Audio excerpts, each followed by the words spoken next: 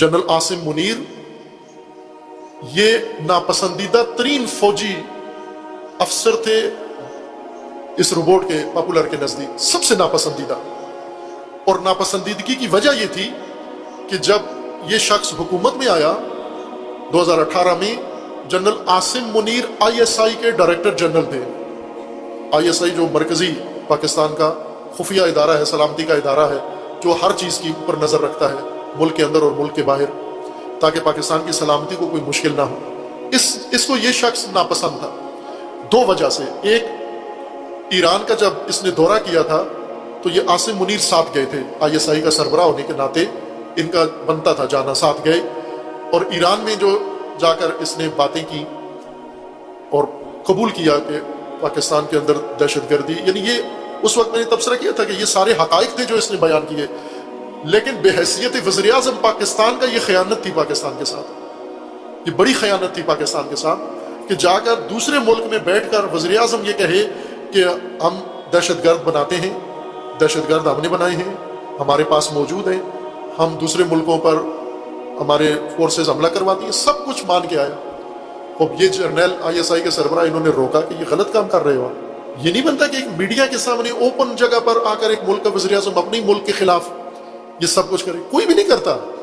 کسی ملک کے اندر اگر غلطی ہو بھی رہی ہو تو وہ باہر جا کر اس کو تسلیم نہیں کرتا کہ ملک کے لیے بڑی مشکل ہوتی ہے. باہر کیف یہ ایک وجہ تھی مخالفت کی. دوسری، ان کی جو پیرنی زوجہ تھی جس کے جادو سے انہیں حکومت ملی، اور حکومت ملنے کے لیے بھی اس پیرنی نے جو نسخہ اس کے لیے لکھا وہ بہت ہی قبیح تھا. وہ یہ تھا کہ عدت میں نکاح کرو گے میرے ساتھ تو وزیر اعظم بنو گے. اور ایسا ہی ہوا. عدت کے اندر، عدت ختم ہونے سے پہلے نکاح کیا انہوں نے، یہ حرام کام، جرم کام، اور پھر وزیر اعظم بنے. اور ان کا یہی اعتقاد تھا کہ اس عورت کی وجہ سے مجھے وزارت عظمیٰ ملی ہے. چونکہ اس عورت کو بشارت ہوئی تھی، رسول اللہ نے دی تھی کہ تو اپنے شوہر سے ہٹ کے اس کے ساتھ جا اور وہ بھی عدت میں نکاح کر. تو پھر یہ بشارتیں. باہر کیف اس عورت اور اس عورت کے دیگر جو تعلقاتی لوگ تھے ان کی کرپشن کے ثبوت، جنرل عاصم منیر جب ISI کے سربراہ تھے انہوں نے ثبوتوں کے ساتھ، پروف کے ساتھ بتایا کہ یہ لوگ ٹھیک نہیں ہیں، یہ وزیر اعظم کے گھر میں جو لوگ ہیں اور وزیر اعظم کے ارد گرد آئے ہوئے لوگ ہیں یہ غلط لوگ ہیں، یہ کرپٹ لوگ ہیں. اور انہیں یہ بات بہت بری لگی اور انہوں نے جنرل کو ISI کے عہدے سے ہٹا دیا اور ان کی جگہ پر دوسرا سربراہ آ گیا جو ان کا بڑا چہیتا تھا. خوب یہ جنرل بہت ناپسندیدہ قیادت تھی ان کے لیے.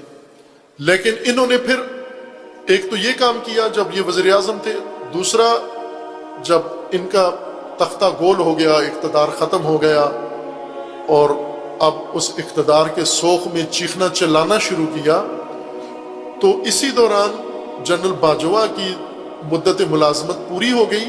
نیا قائد چننا تھا. نیا قائد چننے کے لیے اس جماعت نے اور اس شخص نے، اس گروہ نے، اس ٹولے نے ایڑی چوٹی کا زور لگایا کہ جنرل عاصم منیر فوج کا سربراہ نہ بنے کسی قیمت پر. پورا زور لگایا. اس کے پورے ثبوت ان کے پاس موجود ہیں کہ یہ شخص نہ آئے.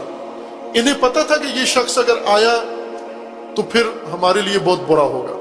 خب یہ وہ جرنیل بھی نہیں تھا جس میں کوئی کمزوری ہو جس کو یہ خرید سکے، جیسے فیض حمید تھا، جیسے قمر باجوہ، اس طرح کا بھی نہیں ہے یہ جرنیل.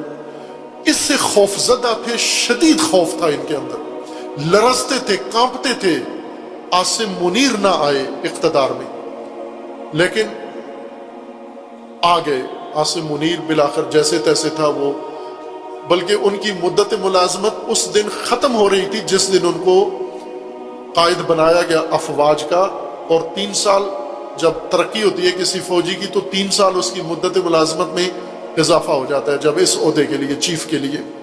یعنی اس دن اگر یہ چیف نہ بنتے تو اسی دن انہیں وردی اتارنی تھی، فوج سے بھی رخصت. لیکن اس وقت کی جو لوگ تھے انہوں نے بالآخر جو بھی، مجھے نہیں پتا کہ اس میں سیاسیوں کا کتنا دخل تھا اور اس میں افواج کا کتنا دخل تھا. باہر کیف انہوں نے جنرل عاصم منیر کو فوج کی قیادت کے لیے چن لیا. اور اسی وقت سے ان کے مشکلات شروع ہو گئی.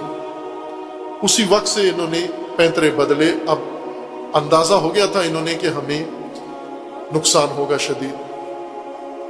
انہوں نے یعنی جنرل عاصم منیر کو فوج کا رہبر بننے سے نہیں روک سکے، تو اب جنرل عاصم منیر کو کردار کشی یا فوج سے نکلوانے کے لیے انہوں نے کوششیں شروع کی۔ یہ جو 9 مئی کو واقعہ ہوا، وہ اصل ماجرا پیچھے داستان یہ ہے، یہ کہانی یہ ہے